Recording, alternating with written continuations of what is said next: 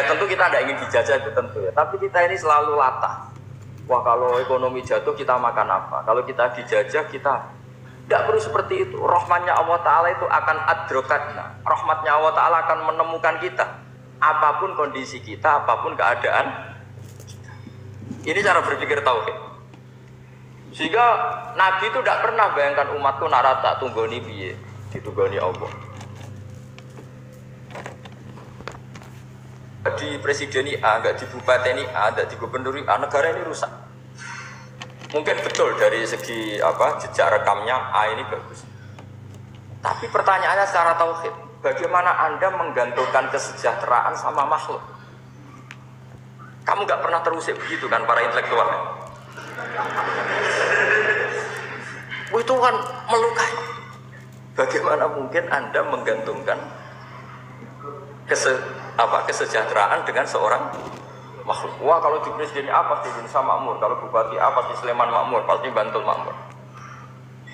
Nah, bagaimana mungkin makhluk yang sedang soleh kamu pastikan selalu soleh? Wong dia makhluk bisa berubah. Sementara yang B misalnya fasik, wah kalau dipimpin B pasti rusak negara. Bagaimana kamu pastikan B yang fasik selalu fasik? Dia aja dia betul. Yang fasik pas mimpin jadi soleh, yang soleh pas mimpin jadi fasik. Akhirnya ulama karena tahu sifat manusia itu berubah dan kendali di tangan Allah, sikapnya nggak jelas. Saya ini termasuk orang yang terkenal nggak jelas.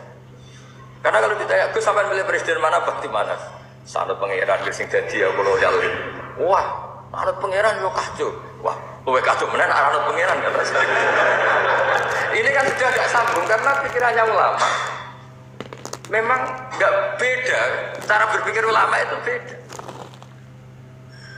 Bahkan bapak saya itu kalau didik saya itu begini. Kalau meseli saya atau ngirim saya dulu itu kan pakai mesel. Ha ini uang kamu 500.000 untuk kamu. Mesti ditambahi 100.000 ini untuk buat jajan sama teman-teman. Mesti ada uang pokok, ada uang sodako. Dulu saya sering tanya, kenapa bapak sangat menghormati teman-teman saya? Kata bapak, kue mondok, aku rasa nyukupi, sing iso nyukupi ya konco-konco.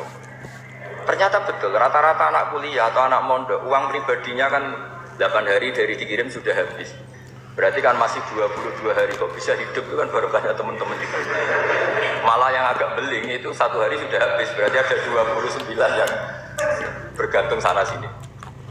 Sehingga Nabi dulu cara ngendikan itu unik. Kata Nabi, da'un nasa yarzuqu wa ba'duhum ba'duh. Menusau barnawa, itu saling memberi rezeki. Ketika ada kolab, Medina itu pernah kolab, terus sekarang pernah defisit itu. Beberapa pakar ekonomi datang ke Rasulullah, ya Rasulullah, sa'ir, tolong dikasih harga standar. Tapi apa jawabannya Nabi? La tusairu fa inna Allaha huwal musair. Kamu jangan kasih harga, Allah sendiri yang menentukan harga itu. Terus kata Nabi, kenapa engkau begitu ya Rasulullah? Ini negara harus ditentukan harga karena gini-gini. Kata Nabi, saya tidak ingin ketemu Allah dalam keadaan dolim. Tapi ini tentu di teori ilmu modern ini masalah. Tapi menurut orang modern. Tapi kalau menurut ilmu hakikat itu nggak akan masalah. Misalnya, kenapa Nabi tidak menentukan harga dalam keadaan negara seperti itu? Jawabannya pakar-pakar hakikat.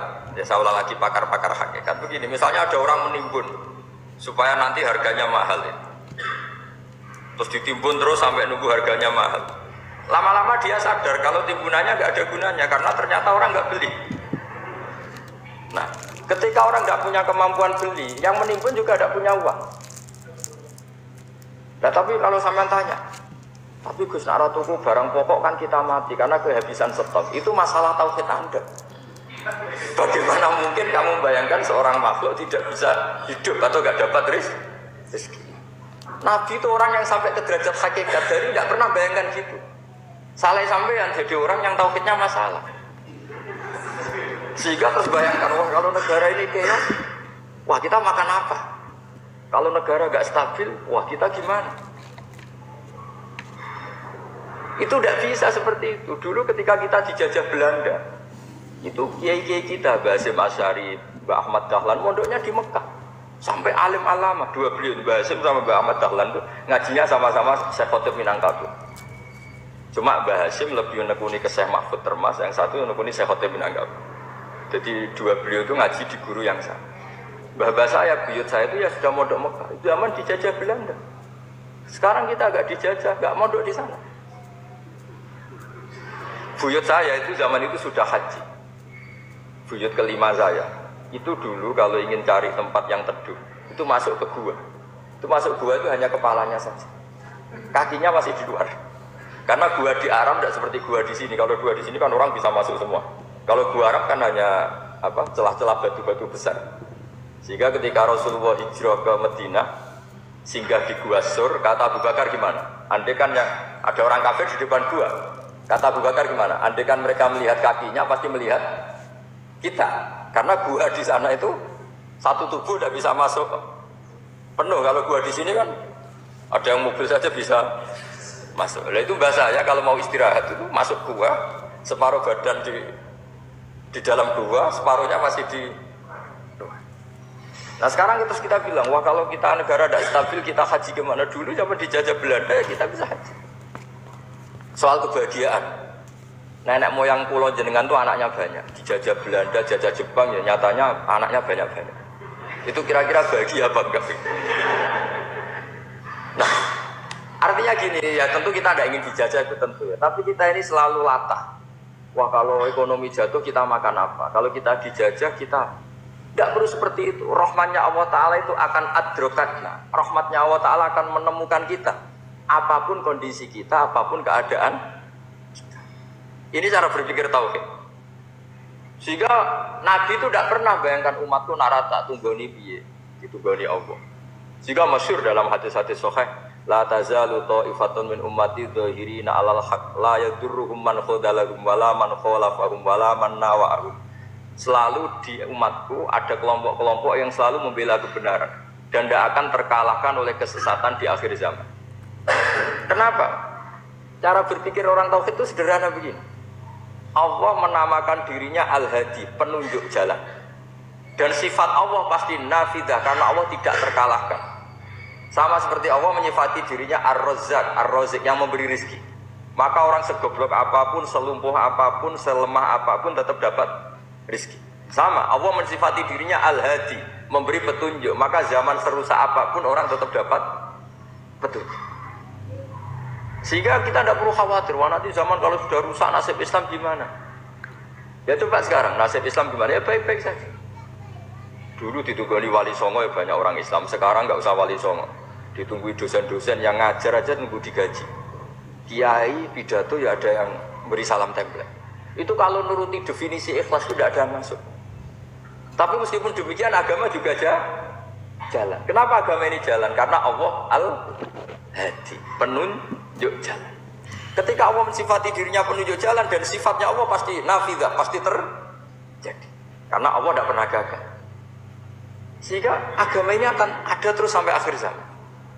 Coba Amerika kayak apa? Islamofobia. Di Amerika tambah lama tambah banyak Islam. Eropa juga gitu, Australia juga gitu. Andai kan nuruti teori sosial, sudah dunia sudah materialistik kayak gini, orang akhirnya itu akan meninggalkan agama. Nyatanya enggak juga. Saya pernah di Korea seminggu, itu di negara ateis. Itu TKI ke sana tuh nyari uang. Ternyata ya kepikiran bikin masjid, bikin komunitas Islam. Coba siapa yang menggerakkan hati itu? Hanya Allah Subhanahu wa Ta'ala. Ya, jadi cara berpikir tauhid saya ulang lagi, saya mohon sekali di pengajian ini saya cerita wajah alani mubarakan aina makuntu. Jadi cara berpikir sekian nabi, terus kita punya karakter tertentu, kita milih nabi ini itu sah.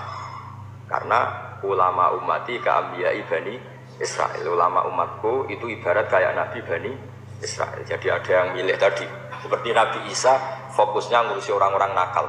Itu juga bagus karena di mana-mana nabi itu seperti dokter.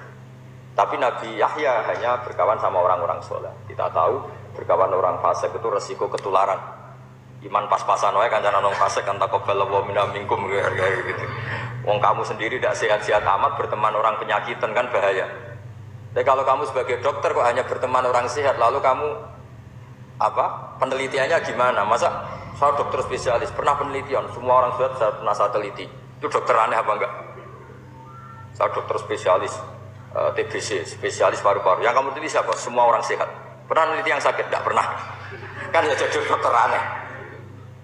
Tapi misalnya terus kamu sendiri terus berteman orang penyakitan terus kan ya rawan tertular. Ini ada dua figur yaitu Nabi Yahya dan Nabi siapa? Ya saya kira demikian.